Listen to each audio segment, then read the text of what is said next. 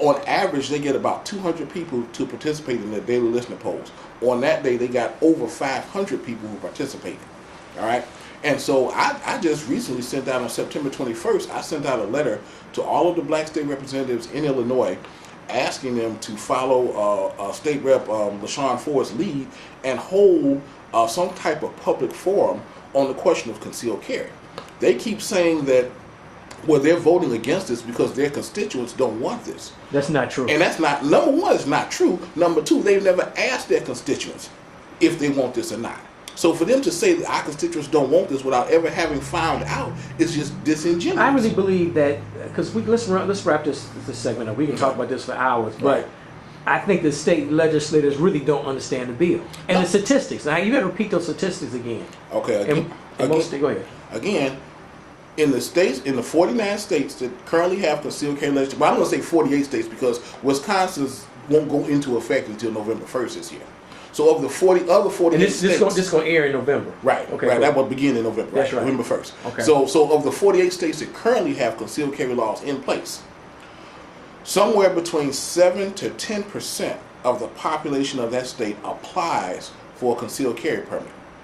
Of the 7 to 10% who apply for a permit, only about 5% say they carry their gun on an occasional basis. And only 3% carry their gun on a daily basis. That's 3 out of 100 people who are actually walking around with a concealed weapon on their person. The problem for the criminals is that they don't, number one, they don't know these statistics. They don't know it's only 3%. Number two, they don't know which 3 out of that 100 are carrying. And so now, those who used to look like juicy victims, the little old lady on the cane, the fat guy on the walker, the single mom with a baby under one arm and a bag of groceries under the other arm, all of a sudden now aren't such juicy targets anymore because they might be packing.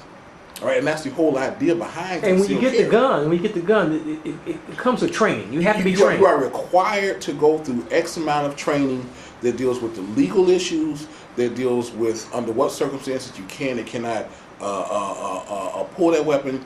One of the things that I emphasize to my students, the average cost of a murder trial is $100,000. So the first thing when I teach, I'm a state certified firearms instructor, and I teach these classes. You're certified firearms. Right. Okay. And I have been for 20 years. 20 years. And when I teach these classes, the very first thing out of my mouth in my classes is that you are legally responsible for the final resting place of every bullet that you fire. In other words, every bullet that you fire has a lawyer attached to it. All right. So this is not some idea about going out just shooting up all over the place for any old kind of reason stuff. No stupid stuff like none that. Of that death wish stuff. You will end up in Charles jail. Bronson. None of that. Right. This ain't got nothing to do with that kind of stuff. Yeah. And I always tell my students, you really don't want to have to deal with the Bubba factor. And the Bubba factor is that 300-pound homosexual who can't wait to introduce you to jailhouse etiquette. All right. So this is not something where you just gonna go out there and be carrying guns and shooting up all over the place because you can carry a gun. All right. You do not want to end up in a shootout. You do not want to have to go through the legal and financial and emotional trauma of having that go through the criminal justice system. This is not something that anybody wants to do. And so we teach restraint. We teach withdrawal. In order to justify even using that gun, you have to be faced with immediate and otherwise unavoidable threat of death or grave bodily injury. The person, you have to be able to see who it is that is your attacker. In other words, you can't shoot through a door. All right. They have to be close enough to be able to carry out the threat. They have to either have some type of weapon or present you with what is called a disparity of force, and they have to manifest intent to do you bodily harm, and and there's the question of what is called preclusion, meaning that you have no other option.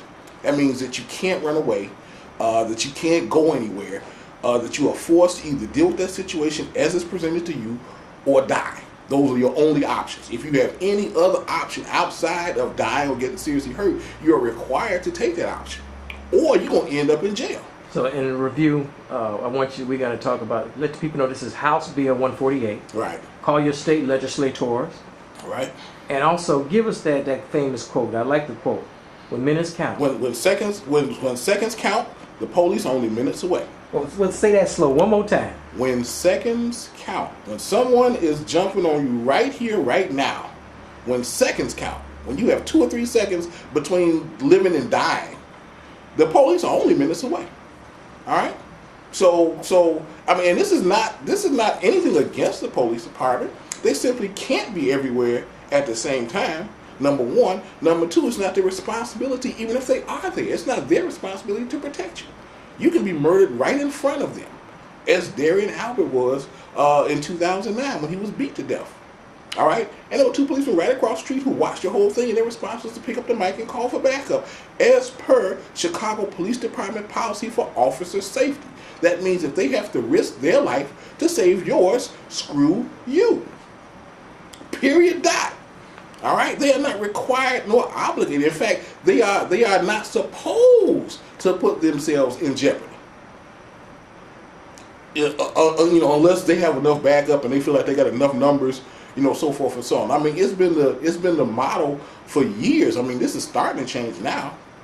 But in regards to active shooter situations, or what typically referred to as deranged gunman massacres, the typical response in the past has been for the police to put a cordon around the area to make sure that people can't get out. When the situation at Columbine happened, for example, all right, the police surrounded the school. The SWAT team came and they surrounded the school. They didn't go in there for 45 minutes after they were on the scene. 45 minutes. All right, this guy has the opportunity to just wantonly go around killing and murdering folks for 45 minutes after the police got on the scene. It is not their responsibility, it's your responsibility. And if you can't handle it, you're going to die. And it's that simple. So concealed carry law is going to reduce crime.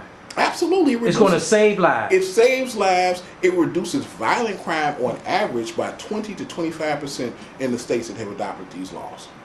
So if we get concealed carry, in theory, and especially in the African American community, it's going to lower crime and murder by 10-20%. Absolutely.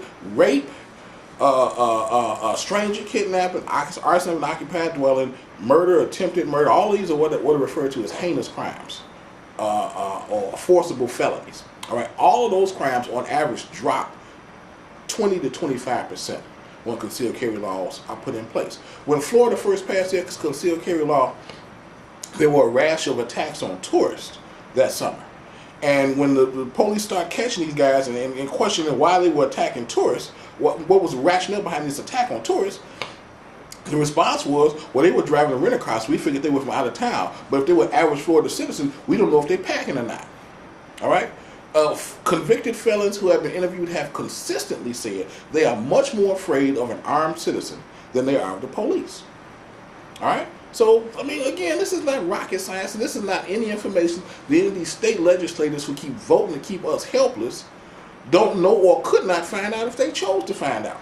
All right? My contention is that they don't want to know. I just said, like I said, September 21st, I just sent a letter to all of the black state legislators in Illinois asking them to hold some kind of public forum on concealed carry so they can find out what their constituents actually want and then vote in the interest of their constituents. They act like they're up there to vote on what they feel like it, as though their constituents voted them in to vote on what they want and not what their constituents want. So, again, we're asking everybody to, contact the state reps and ask them to support House Bill 148 and let them know that if they can't support you, if they think that your life is not worth saving, then you don't think that their job is worth saving. Gimbo, say it one more time. If they think that your life is not worth saving, then you should think that their job is not worth saving. And when seconds count. When seconds count, the police are only minutes away. Plain and simple.